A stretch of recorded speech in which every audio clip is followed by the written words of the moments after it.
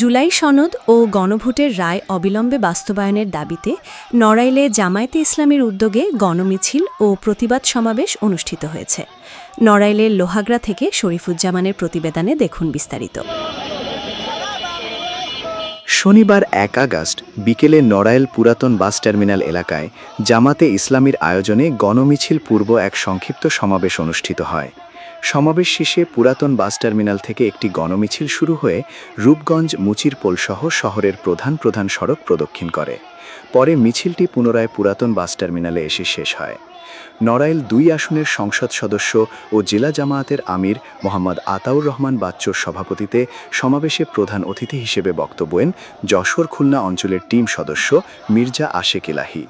অনুষ্ঠানটি পরিচালনা করেন জেলা জামায়াতের সেক্রেটারি মাওলানা ওবায়দুল্লাহ কায়সার।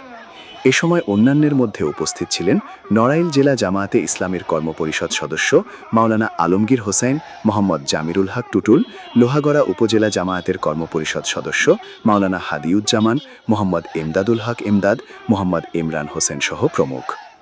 রাষ্ট্রীয় সংস্কার তারা করবে না, বিচার বিভাগ সংস্কার করবে না, পুলিশ বিভাগ সংস্কার করবে না, সংস্কার হবে। যতদিন জুলাই সনদ বাস্তবায়ন না হবে ততদিন এদেশের নতুন প্রজন্ম, এদেশের